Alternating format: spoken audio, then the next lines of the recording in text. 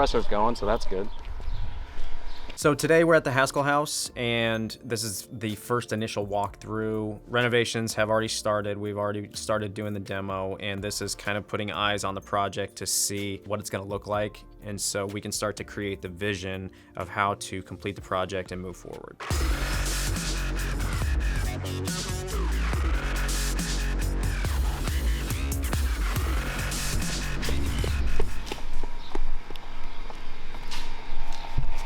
So we just put a new roof, new gutters on. That window up there is getting walled off because that's a bathroom. And so we're gonna make a tile shower surround, so we need to make the window smaller. When I walk through a house, I think to myself, what would I do if I was living here? What would I do if I was buying this? And that's how I create our scope of work to where I'm getting rid of the windows. I want the kitchen to flow like this. I want to use these certain type of upgrades because if I have a higher level of standards when it comes to living in the house, that'll make the house get off the market quicker. This is not a house that I normally flip just because of the neighborhood. Hello. Houses around it, so, they got bars on the windows. They're more run down, cars on blocks. It was a very type of, I just needed inventory project, and I got a really good deal on it. And so I took a chance and rolled the dice.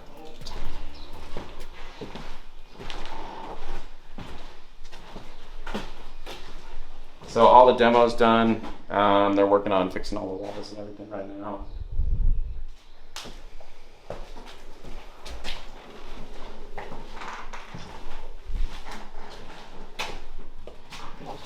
Hello. Hey. How are you? We're just looking. So this is all going to be new tile, shower surround, vanity flooring. I found properties that were in similar condition, similar area, similar bed and bath count, worth $180,000. And we paid $90,000 for this house. And then in here, so this was only the cabinets right here, so we'll do uppers and lowers. And then we'll do uppers and lowers over here as well.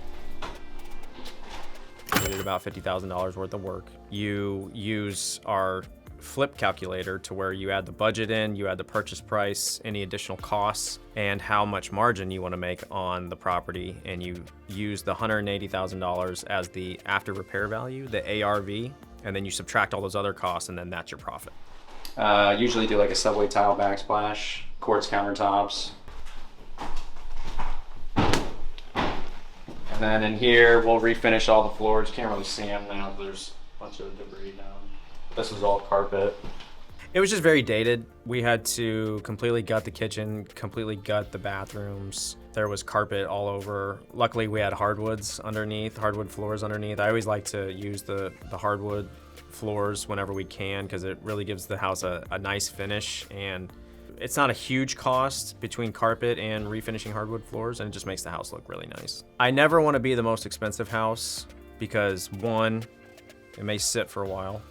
It becomes a target. Number two, you don't know if it's going to appraise because the buyer's lender who wants to buy your house, they're only going to loan on the appraised value.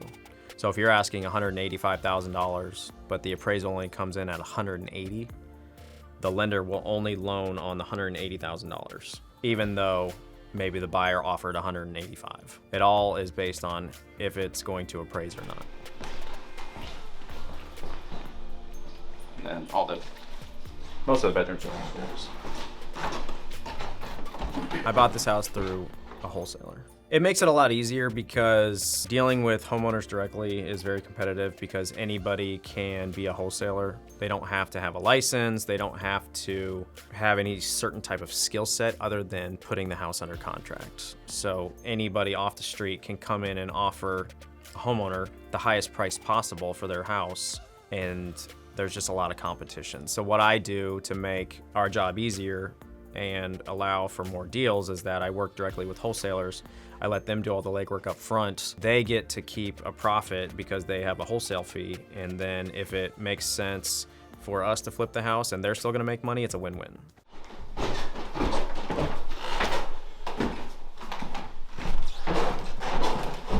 So this house is it's a 3-2.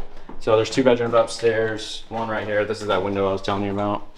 So before, when we bought the house, there was just a tub and there was a shower head extension. There wasn't a shower surround. And so what we did is we took out the large windows that were there and we put smaller bathroom windows in the front of the house so that we could tile the shower surround and make it look a lot better. If you have giant windows and you have the shower on, the water's gonna hit the windowsill, it's gonna rot over time, the water's gonna get behind the walls, it's gonna create mold, it's gonna create just a whole bunch of issues. So that's why you don't typically see large windows where a shower surround is. So we took the window up here and we just allowed for the humidity and the steam to access out of the house. And then that way we can tile around the entire enclosure of the shower and make it look nice, make it look presentable. The majority of people take showers now and the house is gonna get ruined over time. That's gonna be a turnoff for the buyer.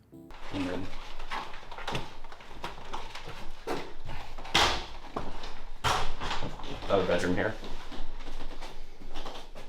So one thing we do with this wood paneling is that we fill in the cracks right here, the panels. So we're saving money because we're not replacing the sheetrock, and if we just fill this in and smooth it out, paint it, it actually looks like sheetrock. So it's a good way to save money. And then this is just another bedroom.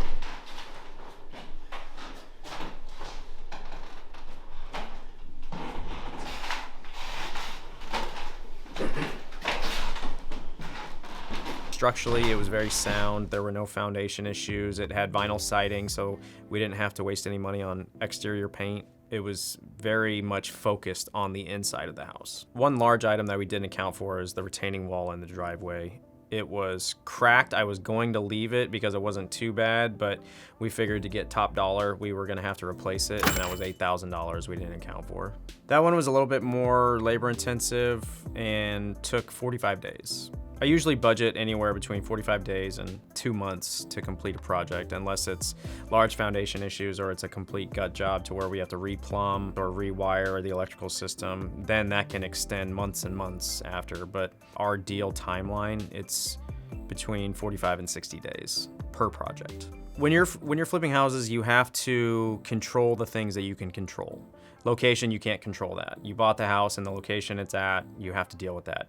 You control what type of level of renovation goes on in the house. You control the level of upgrades that you provide in the house, and you control the type of finishes that you complete the house with. Everything else is kind of an exterior factor that you can't really deal with. I'm really rolling the dice here on this project because it's in a questionable neighborhood that I don't flip a ton of houses in. This is gonna be the best looking one in the neighborhood by far. And it's just going to attract a lot of attention. So I'm always gonna have it in the back of my mind whether or not we're gonna run into issues on this project. So all I can do is control what I can control, which is the timeline and the budget. So I need to get in and out as quick as possible and get it on the market so we can get it sold.